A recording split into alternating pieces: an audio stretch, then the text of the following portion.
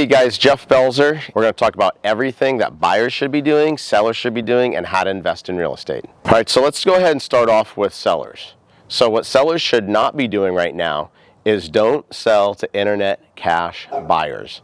All internet cash buyers are going to do is they're going to buy your property at market value minus commissions and title and escrow fees.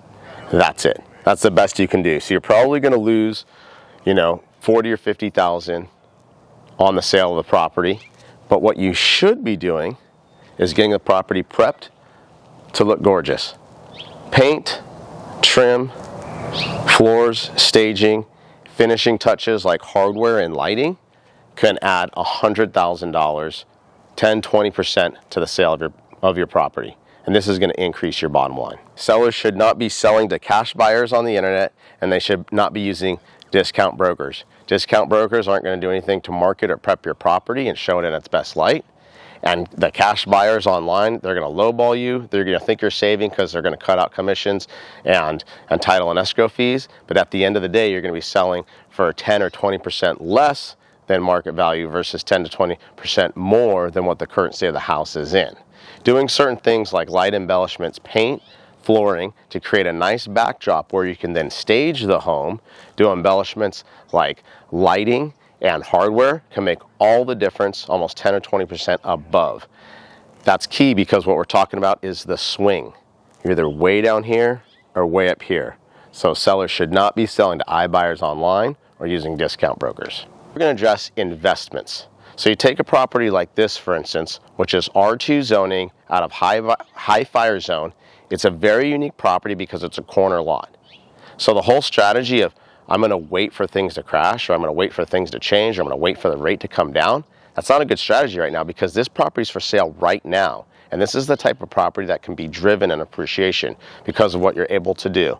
You got a 45-foot height limit, which allows you to build up. And on this empty lot, you can put one unit with a junior ADU. So currently, you can get about $3,000 for this whole property rented out. That's called a carrying cost while you go through your plans, architectural plans and permits to get the next unit. Then at that point, you're going to be on a positive cash flow property, which is just 2 miles from the beach and right near downtown in a coastal California property. Okay, so buy and hold, ultimately that is the wealth builder of real estate. That's what you want to do at the end of the day. Entry level is wholesaling. That is a hustle. That's really hard to do. Now fix and flip, Scott McGilroy said you should absolutely not be doing it. Well, that's what this property is. But this was strategically done in a way to leave meat on the bone for the next buyer. Let's also go take a look at Leeton Street and show you how we could do the strategy of buy low, reno low, sell low, and just nail it for the type of property that today's buyer is looking for, the type that wants to do their own remodel. And we're priced about 5 to 10% under the competition. Okay, so now we're over at Leeton Street, and this is a great example of how to prep a property for sale.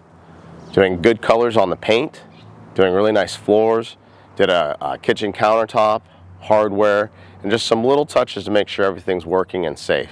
It's clean, safe, sanitary housing, and to do that at a minimum versus just trying to sell it online as is going to make all the difference when you're going to sell. Now we're talking about buyers. So buyers, you guys need to hunt right now. Do not be on your heels waiting, because when the moment comes, it'll kind of be over. You'll be playing catch up. So what you want to be doing now is you got two strategies. So if you're a really picky person, you got to find that perfect house, then you've got to be hunting so that when it comes up, you're there. It's going to be just as competitive as it was, because all the buyers typically are bidding on that one house and the others just don't even get offers. Now, 1 out of 20 homes are probably going to take a really low offer because they're going to be desperate to sell. So don't be afraid to write multiple offers. Now I say multiple offers, not on one house, but multiple properties.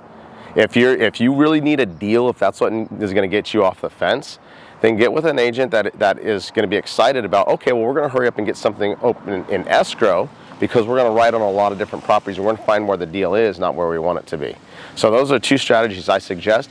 But the third option of just waiting there, do not do that. Be in the game, because we are in the first cycle of the buyer's market.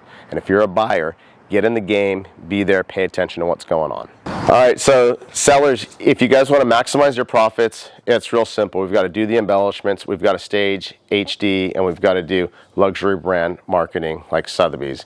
If you guys want to walk away quickly, cash buyers, I have cash buyer investors too, we can do that, but I think the first option is going to give you the most profit. Buyers, you've got your homework to do. You've got to hunt, you've got to be active.